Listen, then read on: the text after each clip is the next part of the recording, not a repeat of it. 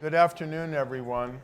We're here to celebrate, analyze, and reflect on the Diamond Jubilee of Israeli independence, and I'm Larry Diamond, so here I am. It's a great honor to be able, for the Freeman Spogli Institute, both to host this program, which has just gotten off the ground in its first year, a new Israel Studies program that is being taught, staffed, anchored, and inspired by two remarkable visiting professors who I will introduce momentarily.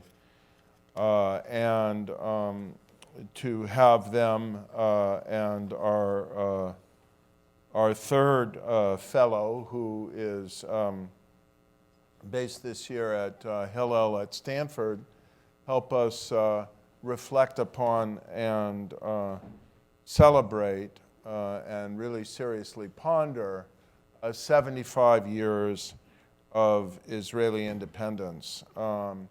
This is today and yesterday, really beginning yesterday, the 75th anniversary of Israel's Declaration of Independence. By the Hebrew calendar, it'll fall by the American or Western calendar a little bit later, I think on May 13th.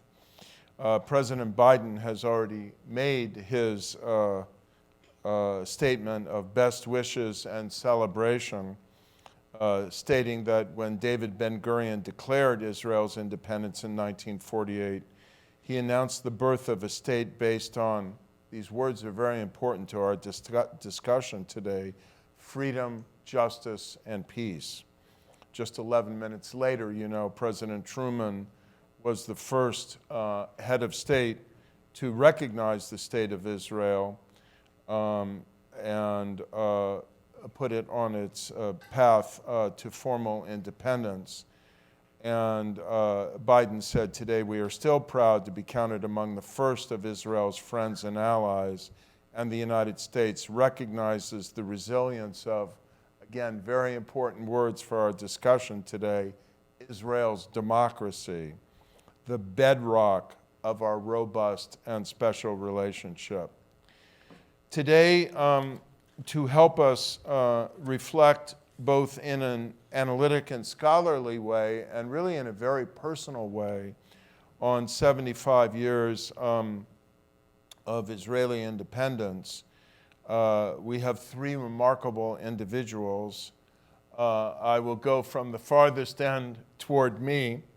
Amichai Magen is a senior lecturer and director of the program on democratic resilience and development at the Lauder School of Government, Diplomacy, and Strategy at what is now Reichman University, Israel's first private university.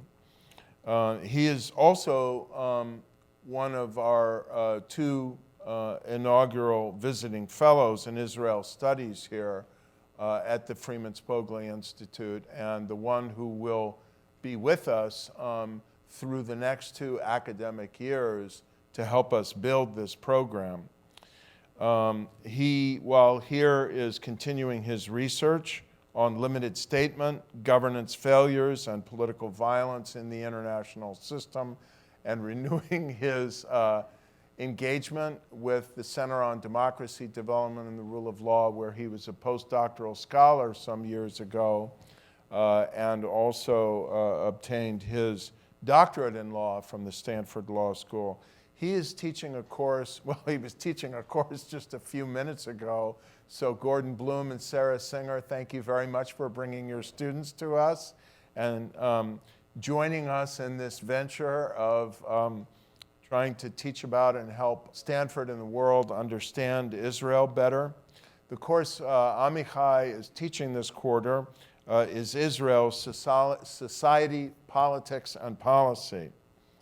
Next to him is Yonatan Eyov. He is the current Jewish Agency Israel Fellow at Stanford University. This Fellows program is a partnership between the Jewish Agency and Hillel. So here at Stanford, that is Hillel at Stanford and Rabbi Jessica Kirshner. Thank you for coming. It's a joy to have you with us. This brings Israeli young adults to college and university campuses around the world to help these academic environments fulfill their role as safe spaces for education, tolerance, and diversity. Yonatan holds a bachelor's degree in communication and media studies from, by coincidence, it really is a coincidence, Reichman University. And sitting next to me is Dr. Or Rabinovitz. She is an associate professor in the International Relations Department at the Hebrew University of Jerusalem. During this academic year, she is a visiting associate professor also here at FSI. Amichai is based at CDDRL on the first floor. Ori is based at the Center for International Security and Cooperation on the second floor. Her research looks at nuclear proliferation, intelligence studies, and Israel-U.S. relations. She taught a very successful course in the fall, Israel, National Security, and Nuclear Policy.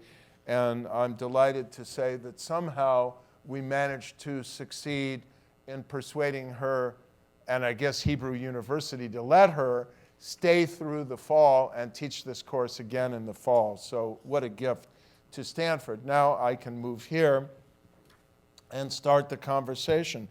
You know, we found a very simple way to organize this conversation, and that is to talk about past, present, and future, and to have each of our fellows interact with me and with you and with the moment by reflecting both personally and analytically on what this extraordinary anniversary means.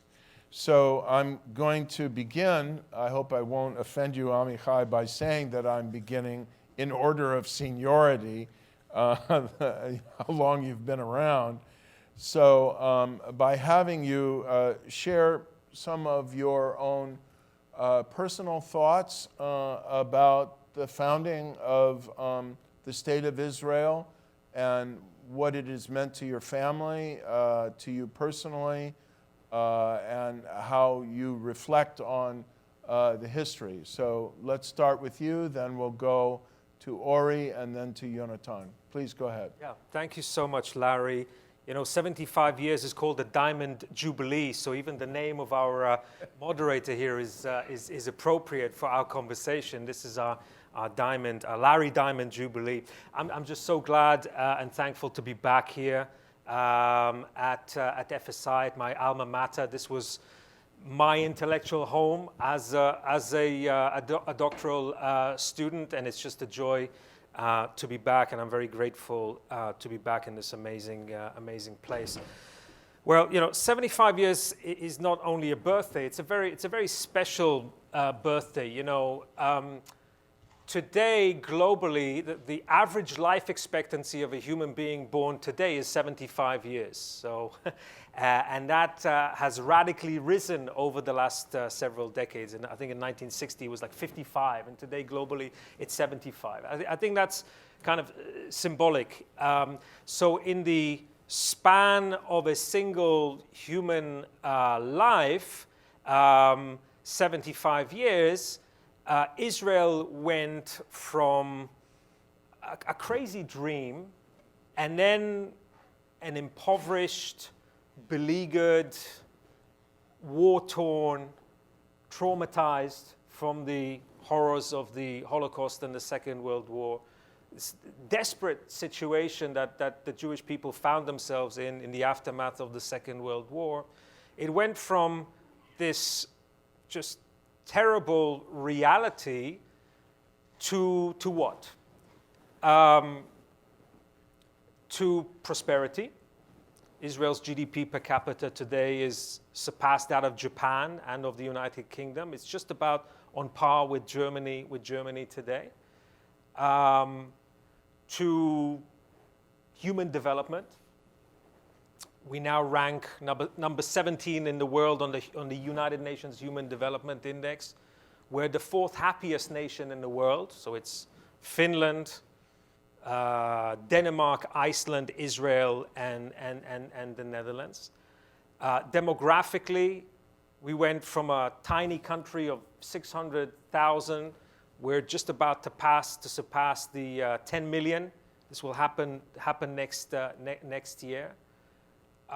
We went from a country that was incredibly poor. People don't often know this, but in 1948, Israel's GDP per capita was on par with Eritrea and Ethiopia. There was food rationing in Israel until 1965. And today, it's a thriving, prosperous, healthy society, but not devoid of problems.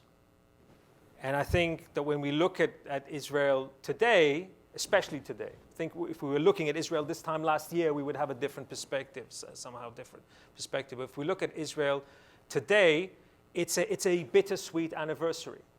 It's an anniversary of tremendous relief that we exist, of tremendous pride in the accomplishments, but also a sense of bitterness that we still face tremendous challenges, both internally and externally.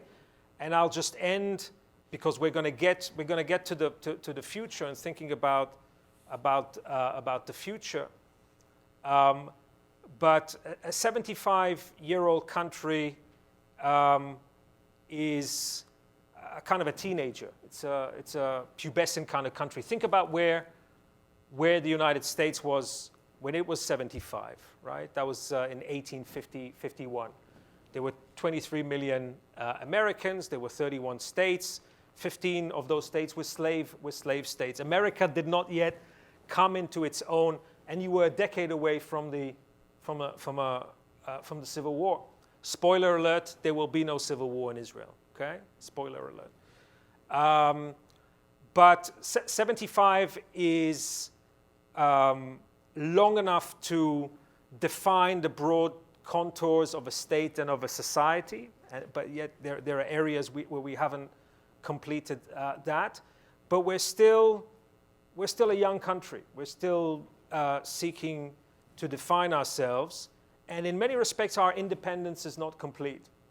Our independence will not be complete until we have found a constitutional settlement for Israel.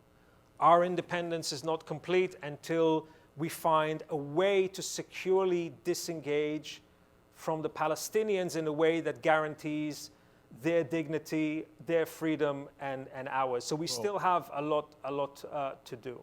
Well, we'll come to that in the chapter 2, which is the present agonizing and challenging moment for Israel. But let's reflect on this historical trajectory. And Ori, if we can turn to you next. So we're going to show you a little clip in a moment. But before that, I'm going to use my time to share with you some personal reflections, because I think Amichai did a terrific job in highlighting some of the angles that we need to highlight, when we talk about Israel. So I don't know if all of you have managed to pick up on it when Larry so kindly introduced me, but I am a nuclear historian. I write about nuclear weapons and how they proliferate and nuclear technologies in general.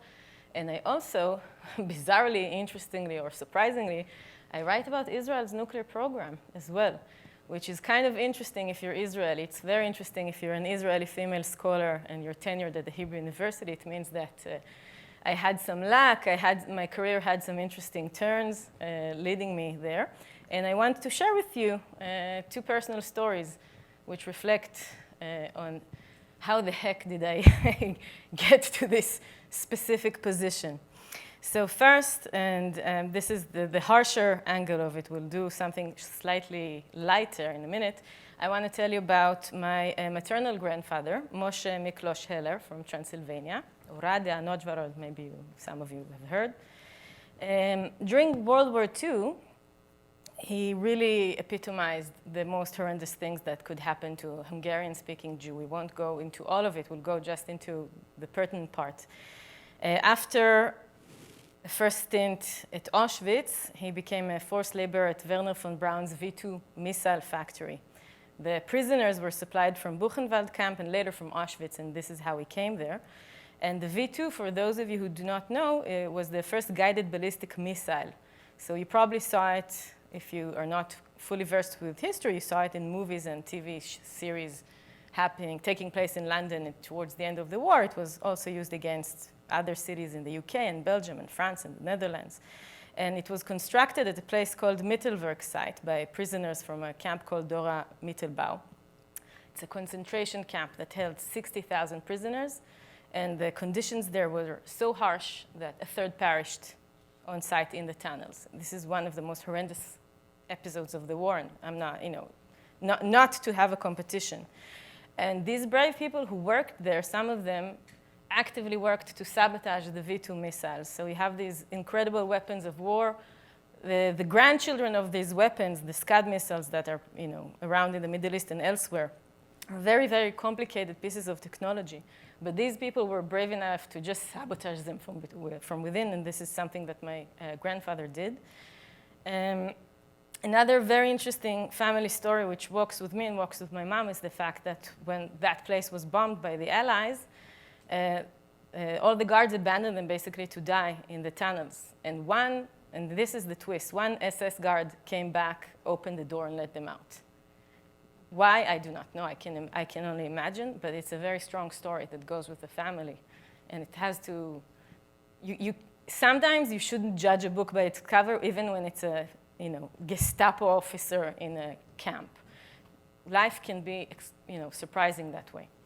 So just to cap this bit before we move on, Werner von Braun, who was an SS member, became one of the founding fathers of the American missile program and a venerated American citizen. So, the story has more twists than, we care to imagine, and worked with Disney on, making space cool. Now we're going to talk about my second grandfather, and it's more cool. It's a cooler story, and it's more nuclear. But the first story had to do with missiles, so delivery systems, and now we're going to move on to nuclear stories. So my paternal grandfather, his name was Meir Rabinovich. Bats was his nickname, and the nickname used by himself and his brother. It's an onomatopoeia. It's just the sound of a zbang, or the headbutt that they would give people that taunted them in Jerusalem as they were growing up. So, don't expect to get a bat in the face was something that was heard in Jerusalem those days. And my grandfather, went on to be, when Israel was established, he was the regional engineer of the Negev desert. And before that, he was a member of the Haganah in the Yeshuv, the embryonic Jewish community, the Zionist Jewish community, which would end up establishing the state of Israel.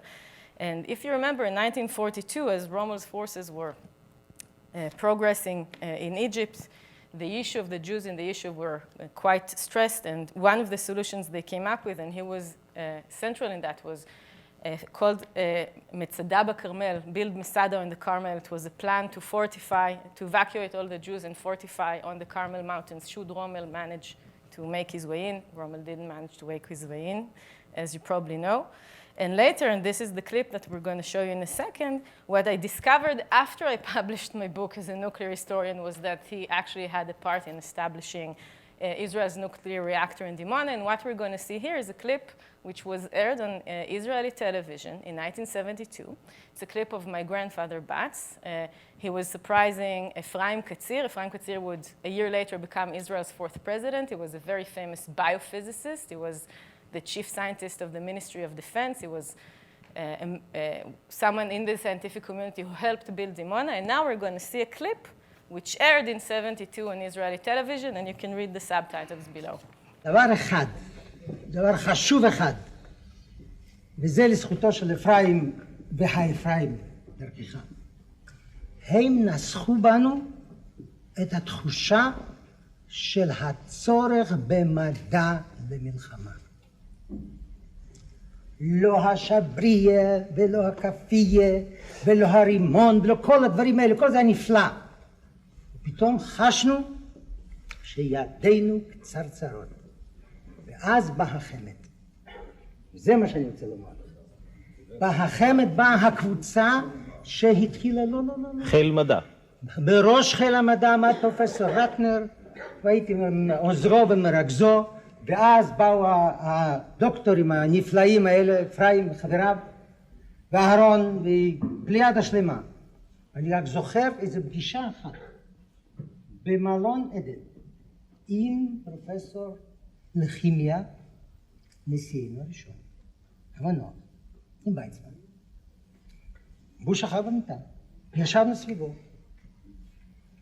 והוא דיבר על אנרגיה אטומית של המחרתיים. והרגשתי, וזאת אני אומר את זה עכשיו, זה פורום נפלא לומר את התחושה היא, כן? כשישבתי ליד אפרים, ליד אהרון, ליד אלה, שמחר יחזיקו, חשנו את זה, שהם יחזיקו את שרביטי המדע הזה של המחר. אמרתי, ננצח. בוא נדבר על פצצות קטנות, איך עשו. So I'm going to leave you with that, I think, and I can tell you more about it later. But yeah, life leads you in mysterious ways in Israel especially. It's a small country with a lot of amazing family ties. Jonathan? Okay, I think to start where I'm at today is important to explain what my background is. I was born in Ethiopia to Ethiopian Jewish family. And the history of Ethiopian Jews go really far, 2,500 years. And I'm the one who accomplished that dream and being Israeli, speaking Hebrew, and being here in America as a proud Jew. But when we talk about Israel as really young country, the dream of these people was really long. And my family immigrated to Israel in 1990. But the majority of Ethiopian Jews came that time, but they started coming to Israel in the 1950s. It was a long journey. But in order for Israel to be the Israel that we know today, it's a long process of taking people who came from different places and people like me who doesn't look like the majority of Israelis, but part of the Israeli people, and kind of like trying to understand how we can fit. And I think in order to explain that is the dream that we had as people is important, and the work that I'm doing with Jewish students here is related to that dream. And not necessarily in a religious way. It's more like as a people that we are. I always make fun of myself and say, oh, my nickname is Mr. Minority because I'm Black, Jewish, and gay, but it's not in a bad way. It's a very proud way, and this is a result of living in a country that I had opportunity kind of like to live with this identity together. I moved to Israel when I was 6, and it was many years of like understanding who am I as a person, and who am I as a religious person, because I grew up more than Orthodox. But I think all the processes that you have in high school and military service and different journeys that you have to go through as an Israeli kind of like shape you to kind of like what you get in life. It's different than their background because it's obviously, I'm coming from a different background, but for me, Israel is kind of like a dream that I was hearing when I was in Ethiopia. I'm not talking the state of Israel, I'm talking about the Jerusalem. We talk about Jerusalem all the time, returning to the land of Jerusalem, to the land of Israel.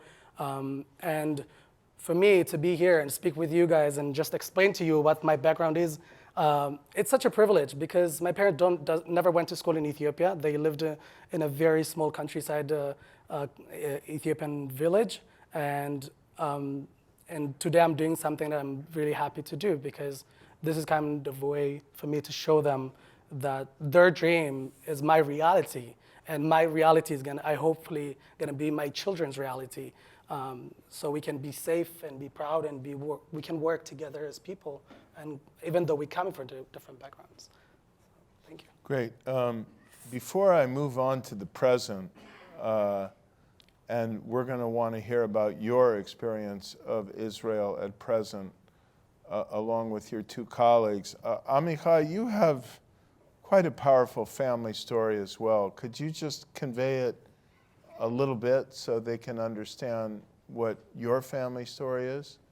Sure. I'm the child of two refugees, one from Nazi Germany and a father who was adopted by an English family right after the Second World War, and then arrived in Israel as part of the Habonim Zionist youth movement to found the kibbutz. I was actually born on a kibbutz.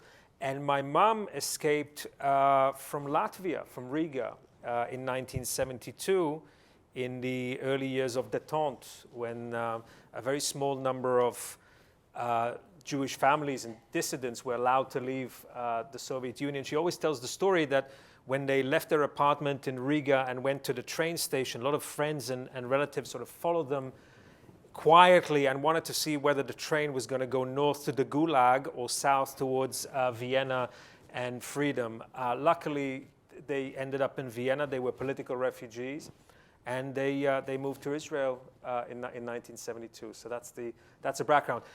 Neither of my parents ever went to university. Both, I think, very traumatized by their experiences. But Israel gave them a home and dignity and hope. And in that sense, Yonatan, our stories are quite similar. You know, we came from very different, but I think perhaps sort of equally distant worlds from the traditional kind of Israeli elite, and through hard work and luck managed to sort of make a life in this very cosmopolitan type of society. Yeah. All right, let's talk about Israel today. And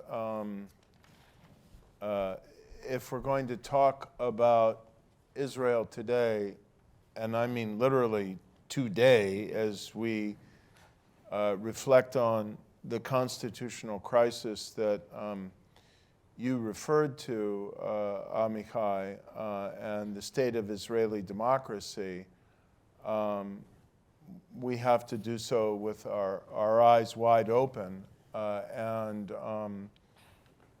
some fairly honest reflection about the extraordinary events that have been unfolding in Israel with, I think, what are probably unprecedented protests.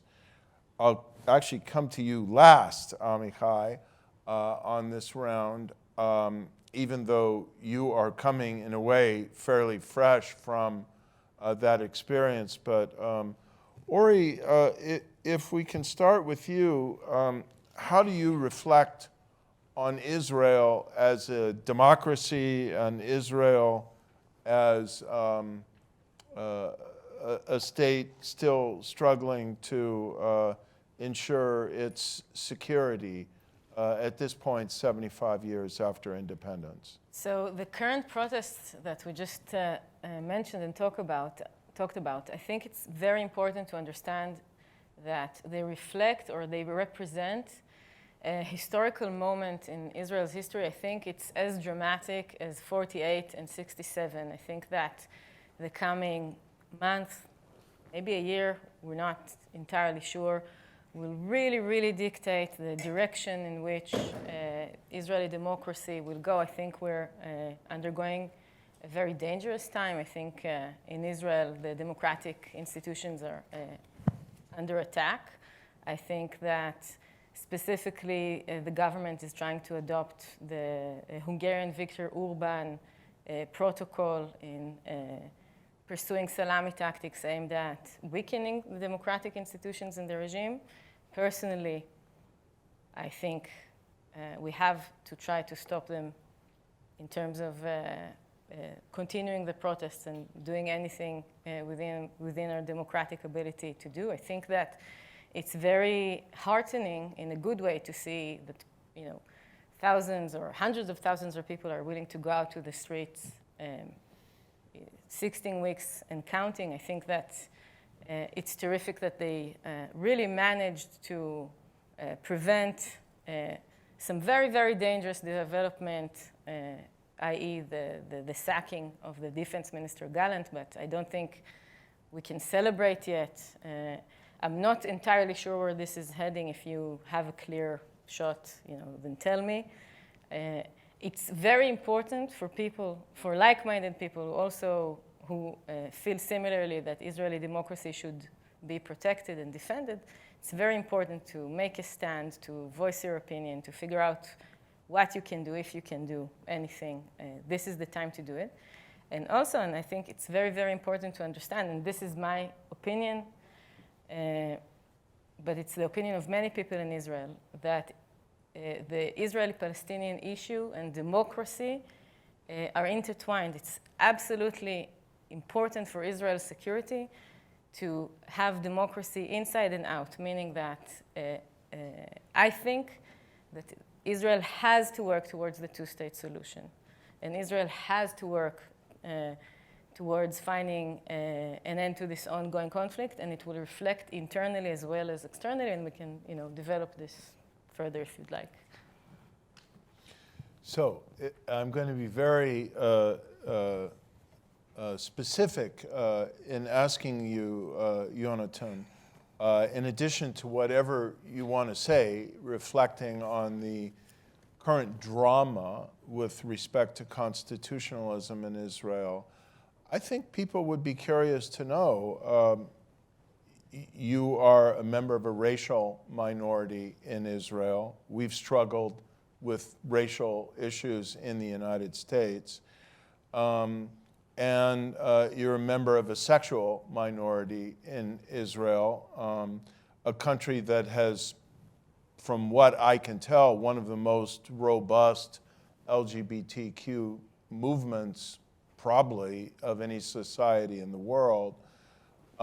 So that already encompasses a lot of pluralism, a lot of diversity, a lot of potential for discrimination or transcendence of discrimination. So what do you want to share with us about your impressions about the health, the robustness, the inclusiveness or not of Israeli democracy in the year 2023? If we're talking about today, my concern mostly is being openly gay or LGBTQ in Israel, especially because we have a member of the Knesset that speaks freely against LGBT rights in Israel, which is affecting directly on whether I can rent a hotel room or rent a venue for a wedding, this is the biggest concern that I have.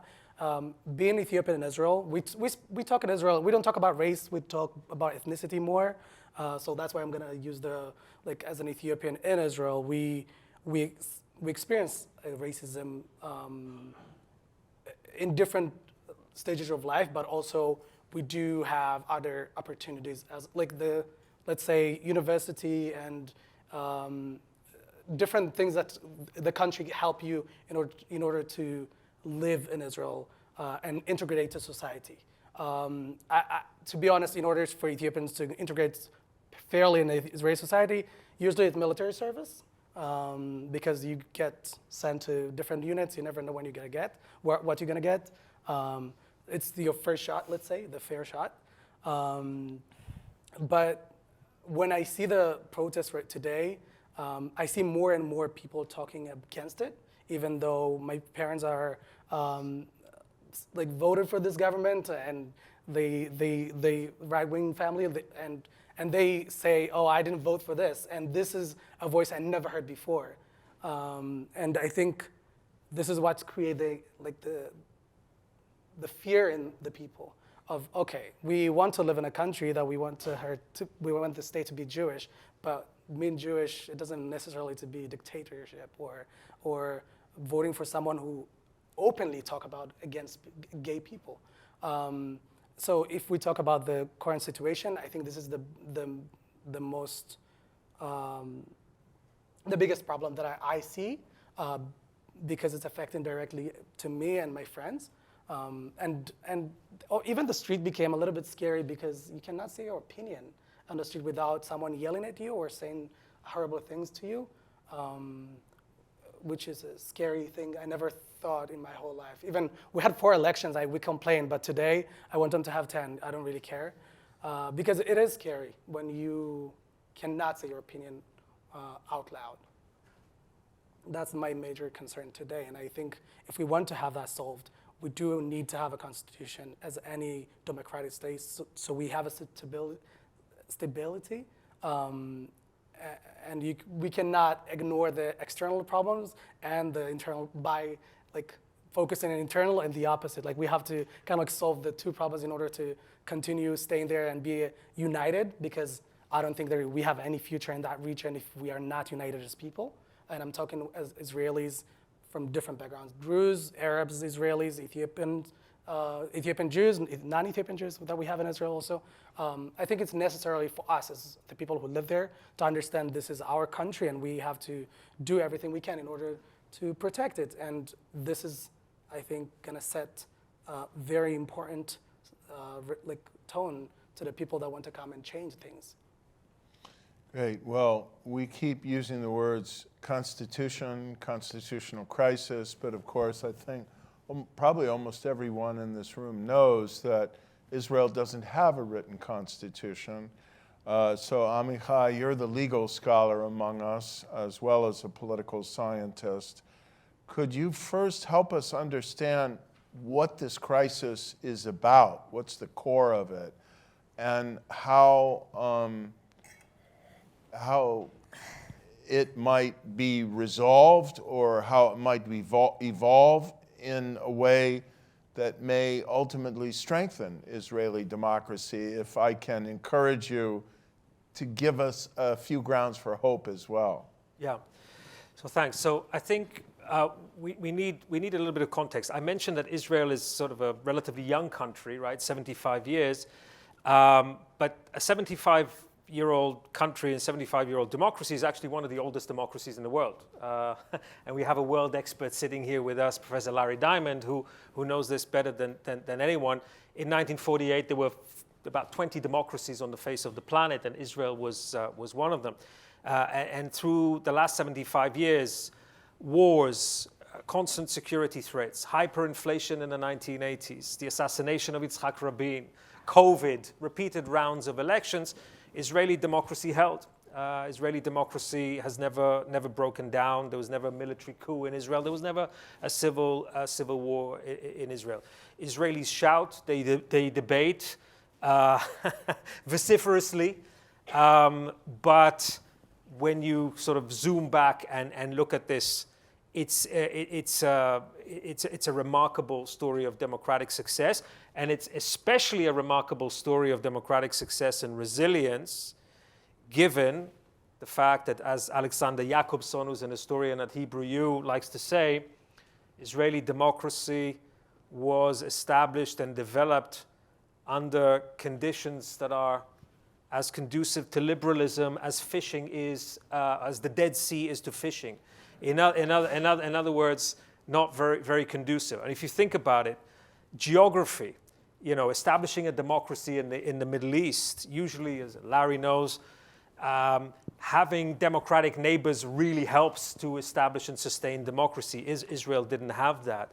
The leadership that built Israel, on the whole, did not come from majority democratic countries. The leaders of Israel did not come from England or from, straight from the Constitutional Convention in Philadelphia. They came from non-democratic and authoritarian cultures.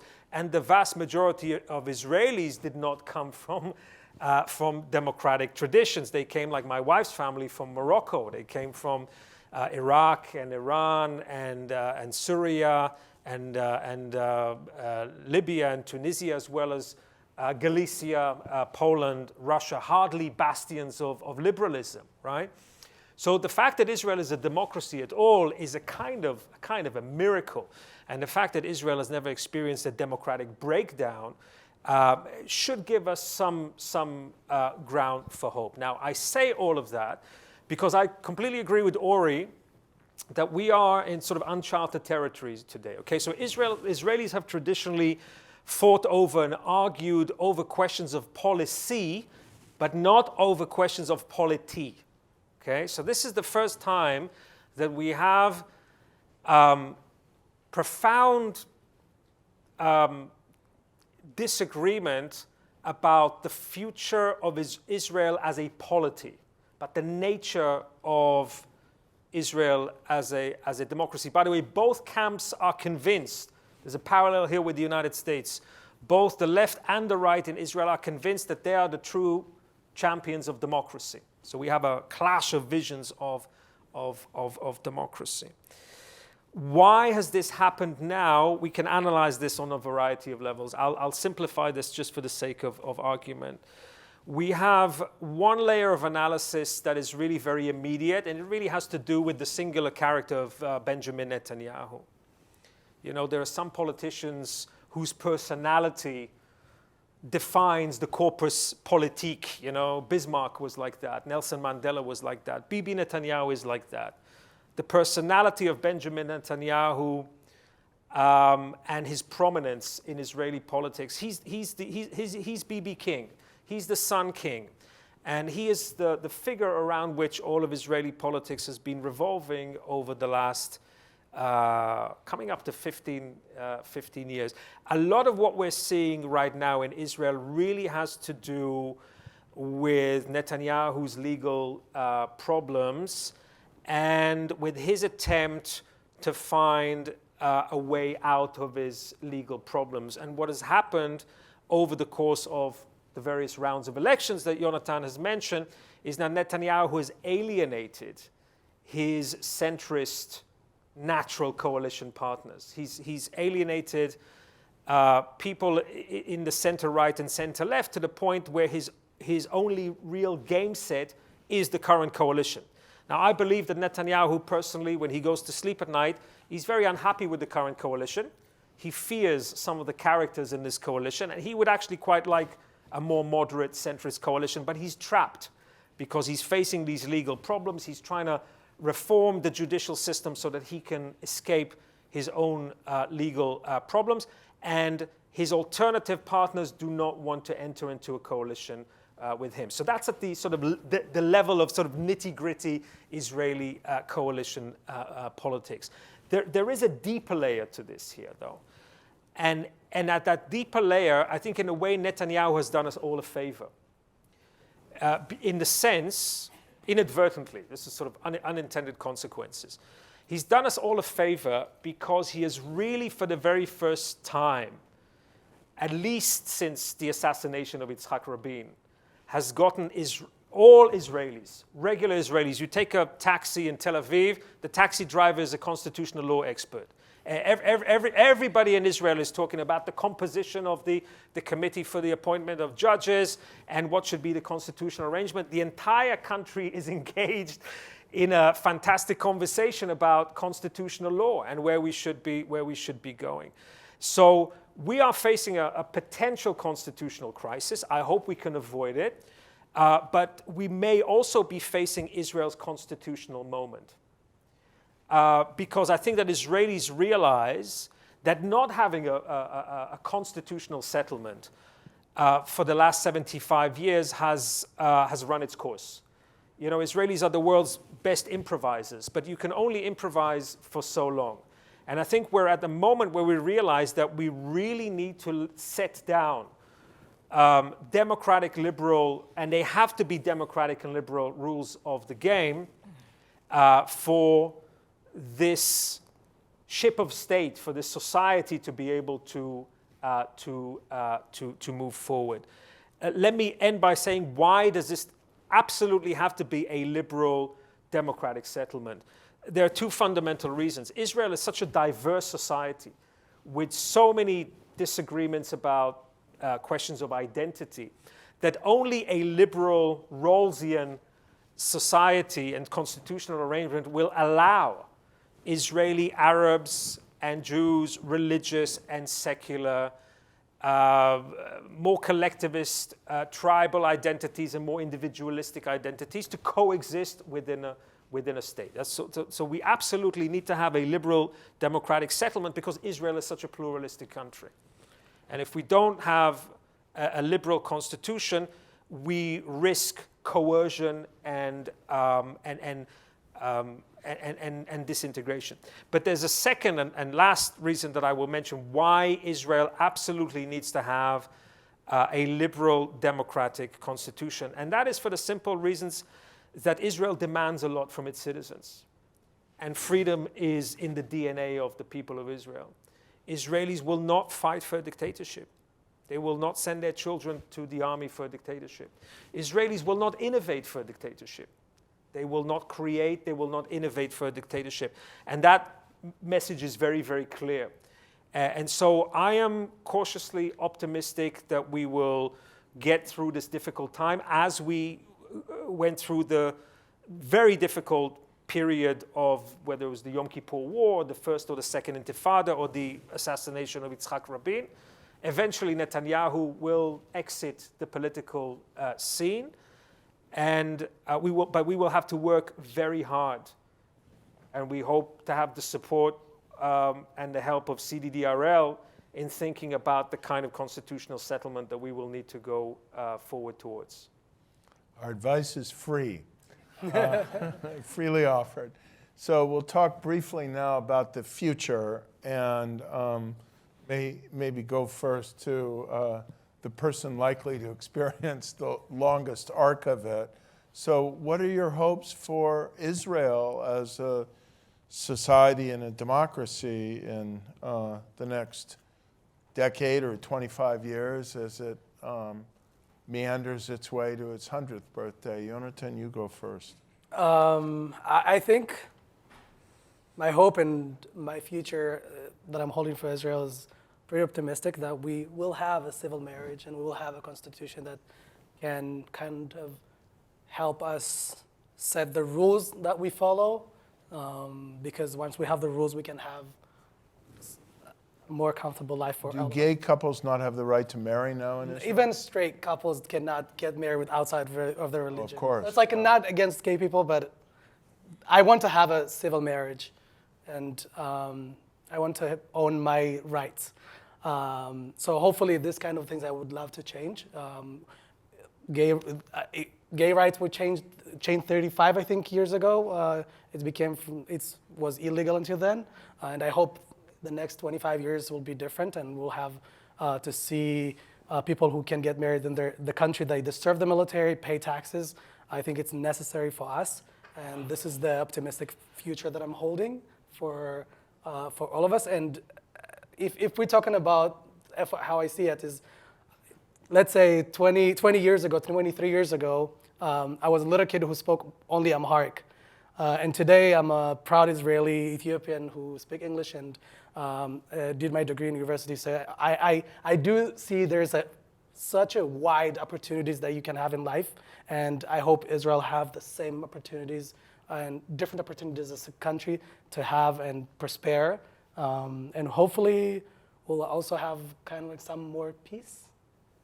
Great. I'm still trying to figure out how you came to speak English without an Israeli or Ethiopian accent. So you must be very good with languages, but we'll explore that another time. Ori? So we're at a junction where we can imagine two scenarios. So if we take the two most extreme, one is really grim, where the illiberal forces they win over and they create this illiberal, hollowed out quasi-democracy, which is not a real democracy. And unfortunately, some of the people who hold these views, they actually sit in the current government. And I think it's hideous that they sit there. And I oppose the fact that they're sitting in the government and promoting these policies. I think that and to twist it to a more positive note, I think that the biggest challenge we all need to refocus on is actually the climate crisis. And I think the Middle East will be one of the areas worst afflicted by it. I mean, it's going to be hard to, again, run a competition, but we have to set our eyes, our sights on the bigger goal of how to ensure food security, water security for the people of the region. How do we get past the question of, Israeli democracy and Israeli-Arab conflict, which in the larger perspective are the smaller questions, and how do we manage to settle them and bring Israel to be in a position where, first of all, it's this shining beacon of liberal democracy, which it's currently not. And second of all, I want it to be a leader in finding regional solutions to the climate crisis.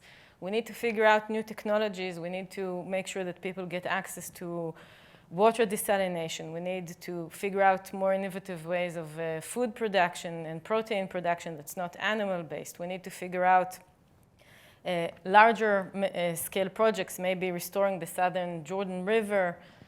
You need to have the map in your head to figure it. It's basically from the Sea of Galilee to the Dead Sea. We need to figure out how to better use regional resources. If our neighbors have a lot of sand and a lot of territory, and Israel has universities who could train people in using these new technologies and alleviating some of these challenges, I think this is the way. And I think a huge component here is to figure out how to tap into the massive resources of two communities that are currently untapped in Israel. One of them is the Orthodox community living in Israel, and the other are the Palestinian Arab Israelis. Both communities are not tapped in terms of the breadth and width of the potential that could be harnessed for the good of all, in terms of how well they're assimilated into the universities and higher education and career opportunities and education in general. And there's a lot of work to be done, but it can be done. And Israel, and I'm going to end here, Israel is one of the cases where you have good universities and sound technological infrastructure to be offered on the one hand, and a very high birth rate on the other hand. And if you actually put these two things together, you can reach amazing things. So I'm going to end there. Yeah, Israel will remain among advanced industrial democracies for some time to come, one of the younger advanced industrial democracies demographically. Amichai? Yeah, very briefly. So Israel faces all the panoply of challenges that countries around the world face, that Ori mentioned already. Climate change, how do we adapt to rapid technological change, polarization as a result of social media, all of these problems that America faces and that Europe faces and countries around the world face, Israel faces as well. So that in the high-tech, in the startup nation is a good thing, because Israelis will continue to innovate and to try to find problems to these issues. I want to mention three Israel-specific challenges that I think are going to shape the agenda in the coming decades, and then I want to just very briefly talk about sort of three scenarios for the country. So the three major specific challenges, of course, are a nuclear-armed Iran, which we haven't mentioned yet, but that is the only existential challenge for Israel. The second I've already mentioned, incredibly important, and I agree with Ori about this as well. We absolutely need to not give up on the vision of a secure and fair disengagement from the Palestinians. We need to continue to expand the circle of peace, inshallah soon to Riyadh, to Saudi Arabia and other countries in the Middle East.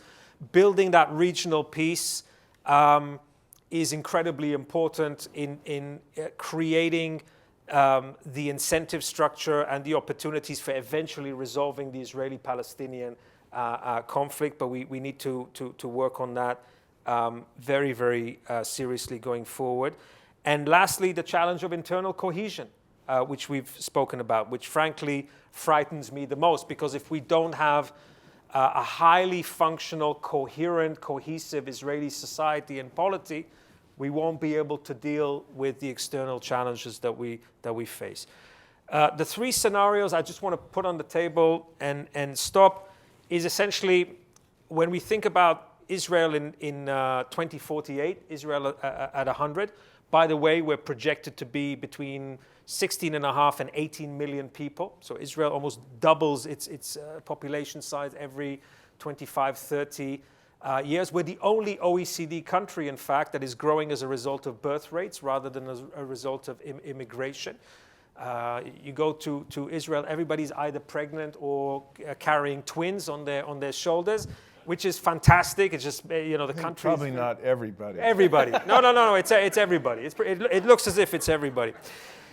But 3 scenarios: Denmark, Argentina, and Lebanon. Okay, we can sort of draw out sort of 3 main scenarios for Israel going forward.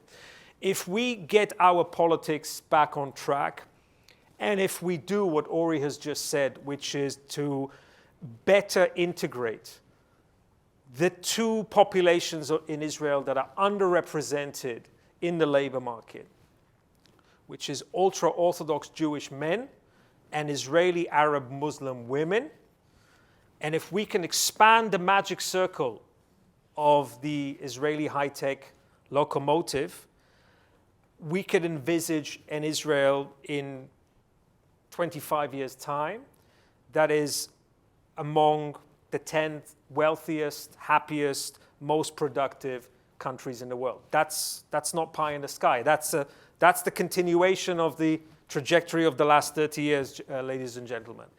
So that's the optimistic scenario. The less optimistic scenario, and the one that begins to get into this murky territory of increased corruption, fragmentation, suboptimal use of private and public resources, but not yet catastrophic, would be something like Argentina. So you would have a country that kind of functions, but not very well, that increasingly has sort of challenges in terms of the rule of law, where citizens' trust in the state and in government is relatively low, but you sort of tug along, but not and with sort of diminished economic growth and all the problems that are associated with clientelism and corrupt elites. So that's the Argentina scenario. And then there's the third scenario, which I think Ori is sort of more inclined towards, which is the Lebanon scenario. A kind of fragmentation along tribal and religious and ethnic lines, which will make the country much more contentious and much more contested. And that is clearly a very dangerous scenario for Israel, but also for the region, because it will invite violence and conflict and so on and so forth. So those are our 3 scenarios. And I'd like to end by quoting the founding Prime Minister of Israel, David Ben-Gurion, who famously said, in Israel, if you don't believe in miracles, you're not a realist. And that is the spirit that we should have going forward. But not rely on miracles. Make sure we create our own miracles. Okay, great. Thank you all so much. Well, for the next 15 minutes, let's bring our audience in, and I think I'll take questions, and maybe I should take 4 questions at a time. Okay, go ahead. Yeah, hi, thank you. Hi. Yesterday I was in another seminar in just this building made by Abbasi program. And the Palestinian professor that was there from beginning, she put pictures of the Israel attacking Palestinian settler or whatever that was. And to the end, for 1 hour she talked like that. And I couldn't just, and putting fake data and so on. And I wanted to talk with her. And I tried to use Palestinian Edward Said data and other Palestinian, but she was standing and she was, for me, it was like a childish situation. She was saying, we are going to stand like that. And I was trying to say about the future, about the small children. But what I am thinking about is, for 15 years, I have gone to Jewish study seminar and I have gone to Palestinians or Islamic study Abbasi program. And what I have realized is that the hatred from Abbasi program or Palestinian is not such an easy thing to make a two-state solution. because you cannot have two people that hate, at least one of them hate the other one so much and make it a two-state solution. My question is that why we are in the international community, why we don't talk about that having just one state? And when I'm looking at that, we have 22 Arab countries that in the area and 49 Muslim countries. And we have Palestinians that are Arabs. And we have Israelis that have only one country. Okay, then so- why we should not drive that Arab country, even in the peace negotiation with Arab country, that Arab country accept Palestinian and move them and give a better We future will, to them? well, I want to take 3 or 4 questions, and then we'll give the panel a chance to answer all of them. So the first one that I'll pose is about one state versus two states and how to solve the, if we can. Yes, please.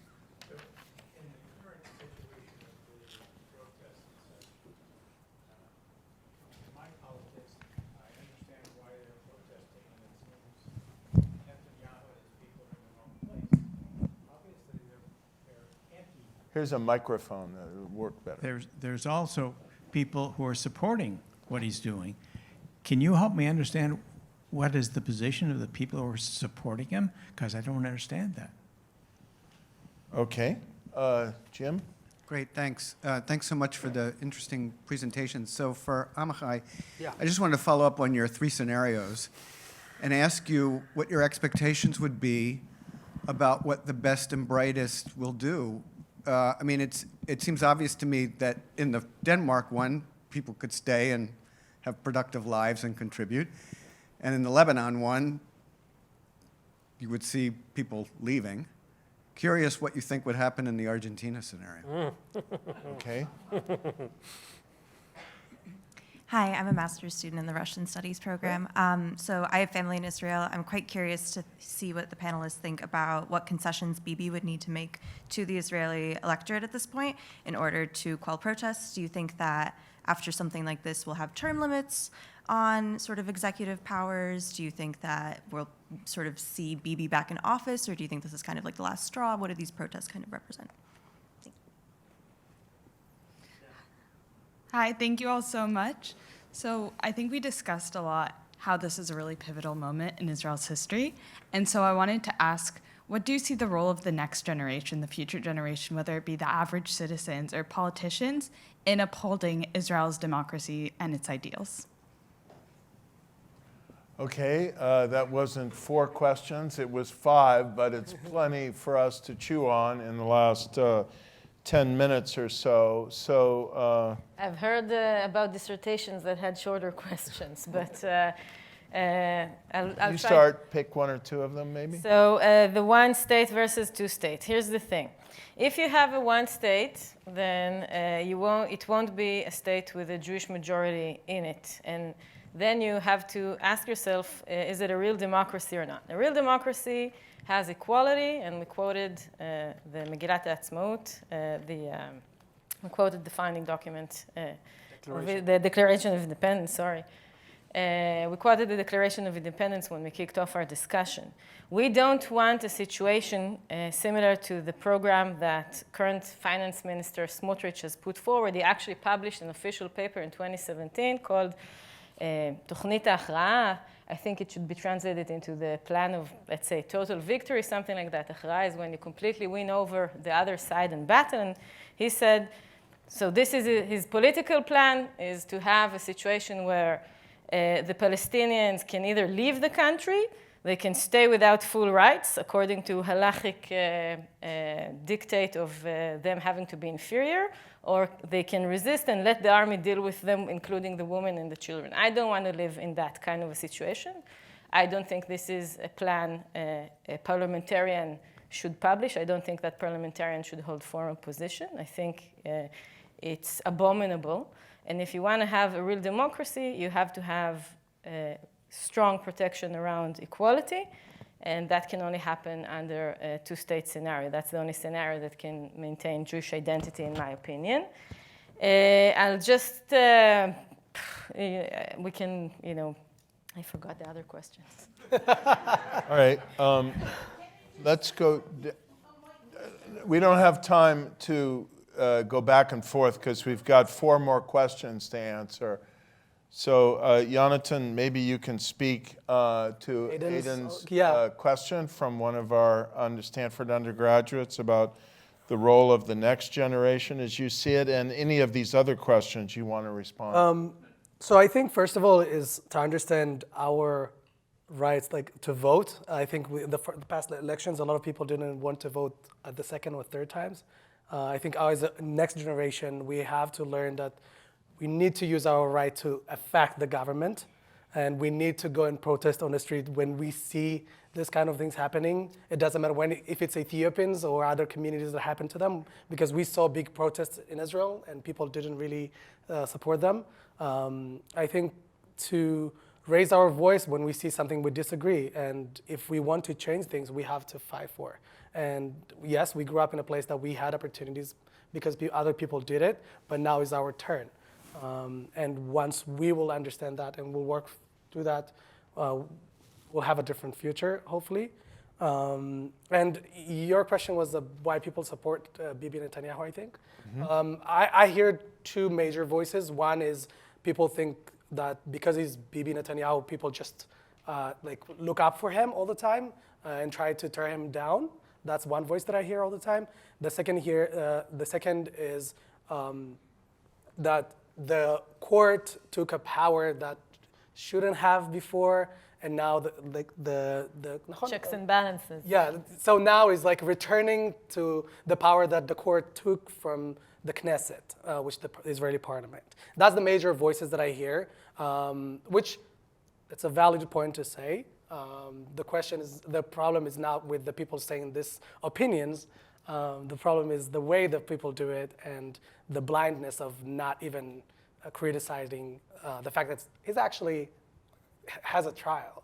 And some people are like blindfolded and they don't really care. So if that's answer to your question. Okay. Amichai? Yeah, very briefly. Why do some people in Israel support Netanyahu's and his coalition's line? I would just add to what Jonathan has said, is that as in the United States, we have depolarization in Israel, and in a way, the status of the Israeli Supreme Court is emblematic of a deeper division between political camps in Israel. So there is a political camp in Israel that identifies the Israeli Supreme Court as leftist, Ashkenazi, elitist, as the deep state, the legal establishment, the deep state, which is, to their view, kind of unelected and therefore counter-majoritarian. And so these are people who place a big emphasis on the idea, which I think is a misunderstanding of democracy, but it's a conception of democracy, that democracy essentially means the rule of the majority. And they underemphasize the needs for checks and balances. So I think that's one way to understand it. Jim's question is really about brain drain, right? The risk of brain drain and the loss of social capital in Israel. And it's an excellent question. And here too, there's a vulnerability, but in a way, the weakness is also a source of strength. So the vulnerability is if you sort of look at the Israeli high-tech miracle, you're talking about 5% of the labor force, 5.5%, just depending how you count high tech, right? But it's about 5 to 6% of the Israeli labor force that produces something like 17 or 18% of GDP. So it's incredibly productive, but it's a relatively small number of people. We're talking about 350,000 to 450,000 people who, because of their high tech capabilities, are sort of natural candidates for immigration because they can work for Google, from Kopangan or Dublin or Silicon Valley. They don't have to be in Israel. So there is that kind of structural vulnerability. I mean, if you reach the situation where 150,000 of those Israelis, would decide that there's no future for their kids and their grandkids, and they would leave, that could potentially be very, very difficult.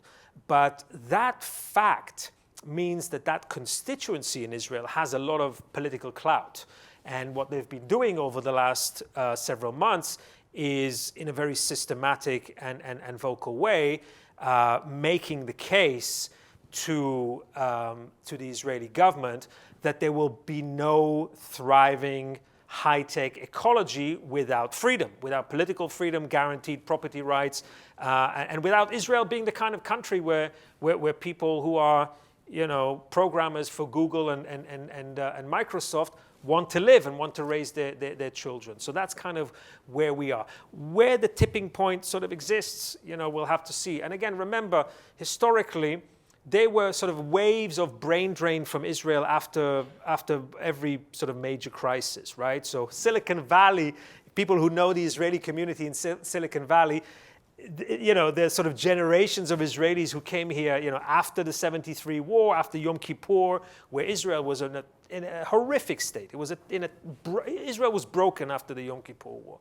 Then you had people who came here after the first Intifada, or during the first Intifada, second Intifada. So you have those waves. And yet, even with the high-tech crisis at the moment, there are 150 high-tech jobs in Israel that are unfilled. And Israel is offering jobs to people in Ukraine and elsewhere because we have such high demand for high-tech workers in Israel. So that ecology is actually today pretty robust. Yeah? And I think, again, if we get into scenarios, one of the most fascinating things that's happening in Israel today is that startup nation is becoming sort of like a scale-up nation, right? So if in 15 or 20 years ago, the typical model for an Israeli entrepreneur would be to build a company, sell it for $40 million and move to the next thing. Today you have companies like Mobileye that are worth $20, $30 billion, Waze, etc. And that is now proliferating into the Internet of Things, biotechnology, etc. So that ecology is still very robust. Yeah. Term limits. Yeah, I think Benjamin Netanyahu, who asked the question about term limits? Yeah.